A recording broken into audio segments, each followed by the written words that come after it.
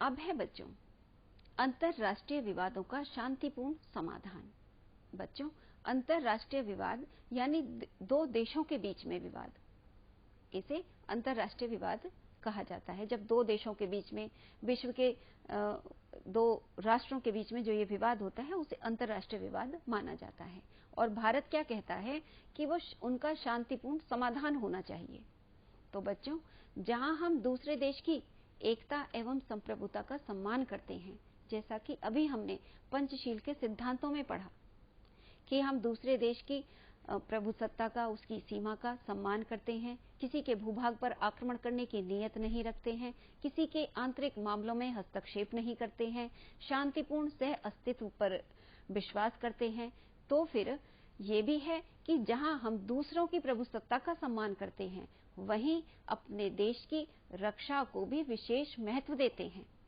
इसका ये मतलब नहीं है कि सिर्फ दूसरे देशों के बारे में सोचते हैं, बल्कि भारत अपने देश की रक्षा के लिए, अपने राष्ट्र की राष्ट्रीय हितों के लिए भी बहुत महत्व देता है। भारत की विदेश नीति का यह भी सिद्धांत है कि अंतरराष्ट्रीय विवादों का शांतिपूर्ण हल हो, शांतिपूर्ण समाधान हो।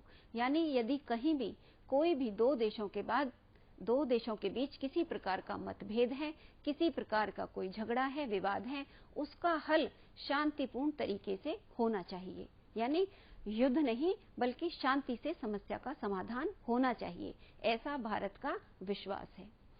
हमारा संविधान भी अंतरराष्ट्रीय विवादों को शांतिपूर्ण ढंग से सुलझाने के लिए निर्देशित करता है। यानी हमारा संविधान यह निर्देश देता है सरकार को कि अंतरराष्ट्रीय विवादों को शांतिपूर्ण ढंग से सुलझाया जाए। जैसा कि बच्चों अभी हमने जाना था कि भारत युद्ध नहीं, बल्कि मैत्री में विश्वास रखता है, मित्रता में विश्वास रखता है। भारत ये मानता है कि युद्ध किसी समस्या का समाधान नहीं है, अपितु युद्ध से नई समस्याओं का जन्म हो जाता है। इसलिए भारत शांतिपूर्ण समाधानों का पक्षधर है। इसके अलावा भारत ने सदा ही स्वतंत्रता के लिए संघर्ष करने वाले राष्ट्रों का समर्थन किया है, जैसे दक्षिणी अफ्रीका, इंडोनेशिया, अल्जीरिया, अंगोला और बांग्लादेश।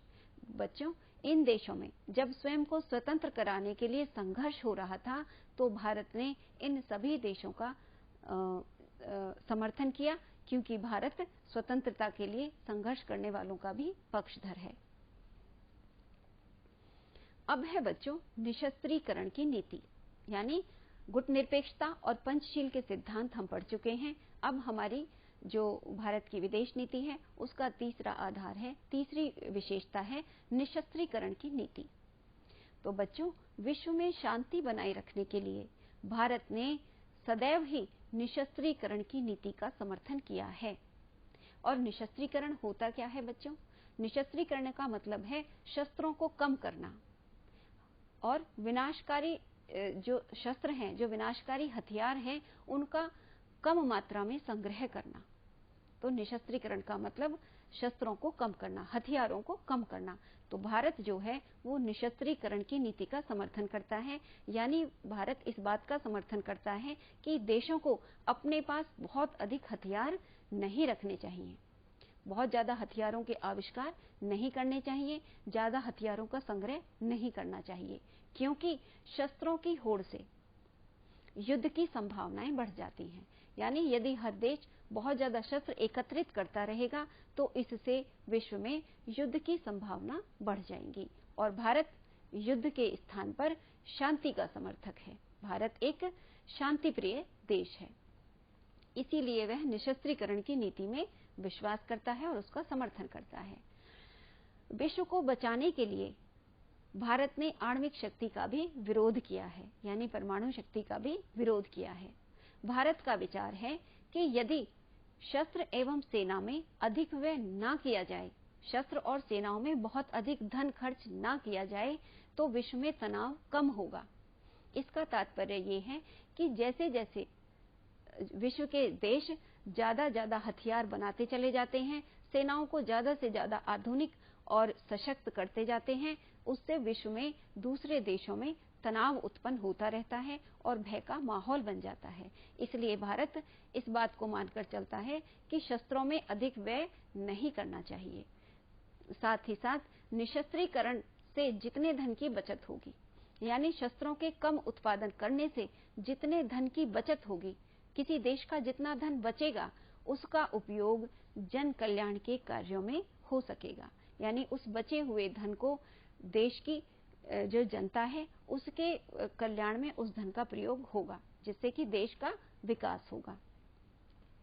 अब बच्चों, आपके मन में यहाँ एक प्रश्न आ सकता है कि पिछले पाठ में हमने जाना था कि भारत ने अपनी परमाणु क्षमता को भी प्राप्त कर लिया है और मिसाइलें भी बना ली हैं, तो फिर निशस्त्रीकरण की नीति के समर्थन की बात का क्या मतलब है? तो बच्चों, भारत जो है वो अपने आप को परमाणु ऊर्जा के क्षेत्र में आत्मनिर्भर करने के उद्देश्य से परमाणु परीक्षण किए हैं। साथ ही वह विश्व को यह संदेश भी देना चाहता है कि यद्यपि भारत एक शांति प्रिय देश है और युद्ध के स्थान पर मित्रता चाहता है, लेकिन फिर भी किसी विषम परिस्थिति में भारत अपनी सुरक्षा और बचाव के लिए सामर्थ्यवान है, पूरी क्षमता रखता है अपने बचाव की। साथ ही साथ परमाणु ऊर्जा के क्षेत्र में स्वयं को सशक्त करके भारत दुश्मनों को यह संदेश भी देता है कि वह अपने मन में इस भ्रांति में ना रहें कि भारत निशस्त्रीकरण की नीति का पालन करता है तो उस पर किसी प्रकार का भय या संकट आ सकता है, बल्कि शत्रुओं के मन में भय बना रहे, इसीलिए भारत जो है परमाणु ऊर्जा के क्षेत्र में स्वयं को मजबूत करके रखता है। अब है बच्चों, तो इस तरह से ये है भारत के निशस्त्रीकरण की नीति। अब हम जानेंगे कि भारत का विश्व शांति के क्षेत्र में क्या सहयोग रहा है। बच्चों, भारत जब से संयुक्त राष्ट्र संघ का सदस्य बना है, वह लगातार उसे अपना सहयोग प्रदान कर रहा है। भारत आजादी के बाद से ही संयुक्त राष्ट्र संघ से जुड़ा हुआ है और संयुक्त राष्ट्र संघ के द्वारा आयोजित होने वाले शांति अभियानों में भारत भाग लेता रहा है। यानी संयुक्त राष्ट्र संघ द्वारा विश्व शांति के लिए जब कहीं अभियान किए जाते हैं तो भारत भी उनमें सम्मिलित होता रहा है। जैसे संयुक्त राष्ट्र संघ के निर्देशों के पालन में ही भारत ने कोरिया संकट के समय कोरिया में लोगों की मदद करने के लिए अपने डॉक्टरों की एक टीम भेजी थी, और कांगो के संकट के समय जब कांगो में संकट था तो संयुक्त राष्ट्र संघ के सैनिकों के साथ अपनी सैनिक टुकड़ियां भी भेजी थी। इसके अलावा भी भारत ने विश्व शांति के लिए कई देशों में अपनी सेवाएं दी हैं तथा हिंसाग्रस्त इलाकों में जो फंसे हुए लोग थे उनकी रक्षा की है और उनकी सहायता की है। इस तरह भारत जो है वो विश्व शांति का प्रयास करता रहता है ताकि विश्व में मैत्री का भाव रहे और सभी शांतिपूर्वक रहें।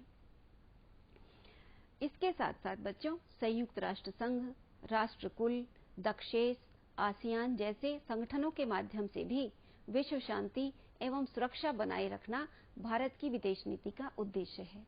बच्चों, ये सब भी संयुक्त राष्ट्र संघ की तरह ही कुछ अंतर्राष्ट्रीय संगठन हैं। भारत इन सभी संगठनों का सदस्य है और इन संगठनों के माध्यम से भारत जो है वो विश्व शांति और विश्व सुरक्षा बनाए रखना चाहता है। ये भी भारत की विदेश नीति का एक उद्देश्य है।